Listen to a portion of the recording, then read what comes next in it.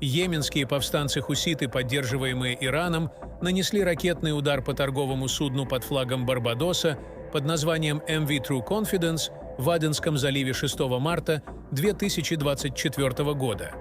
Атака была осуществлена с использованием противокорабельной баллистической ракеты.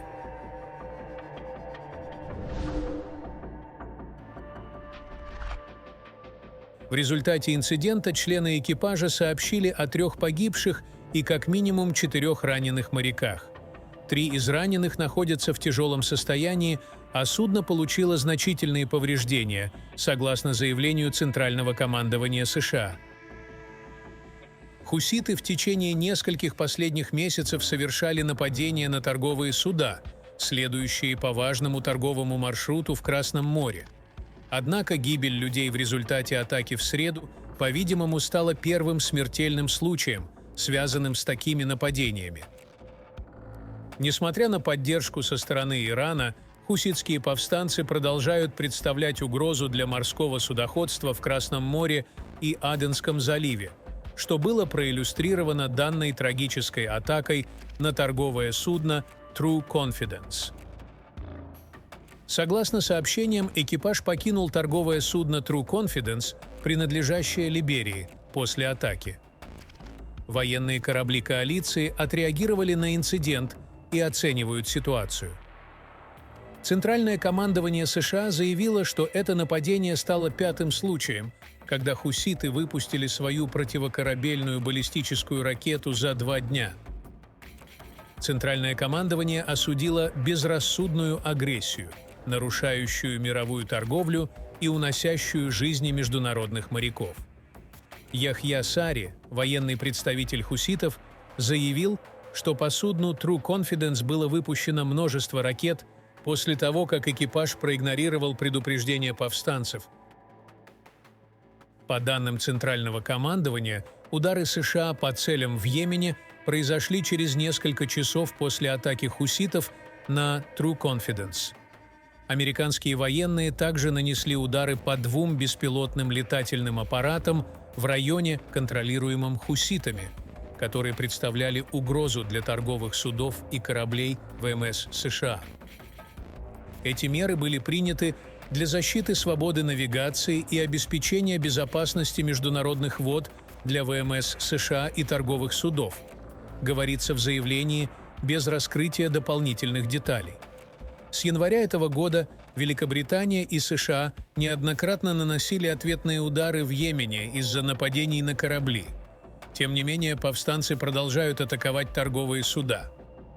Британское посольство в Сане сообщило, что не менее 2 человек погибли на борту судна True Confidence в результате нападения.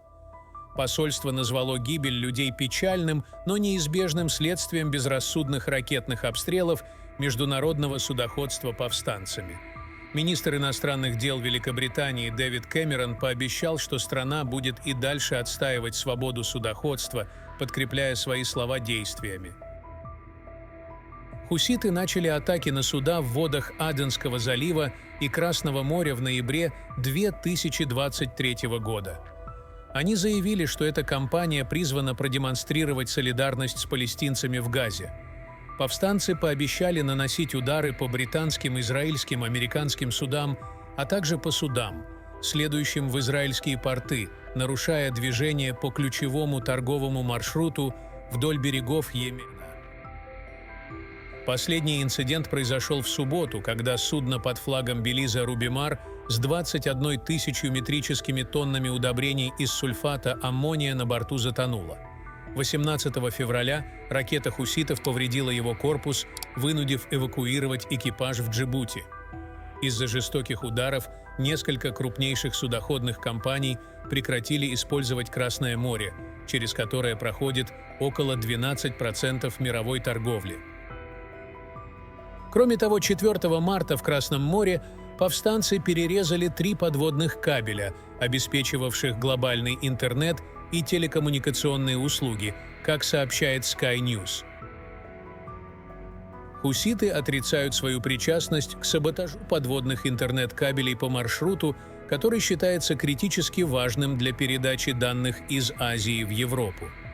Вместо этого они обвинили в инциденте военные операции Великобритании и США, однако не предоставили доказательств своих утверждений. В прошлом месяце правительство Йемена предупреждало о планах хуситов перерезать кабели. По оценкам, этот инцидент затронул около 25% интернет-трафика, проходящего через Красное море и обслуживающего Африку, Азию и Ближний Восток. Гонконгская компания HGC сообщила, что перерезание коснулось линий Азия, Африка, Европа 1, Seacom и TGN Gulf.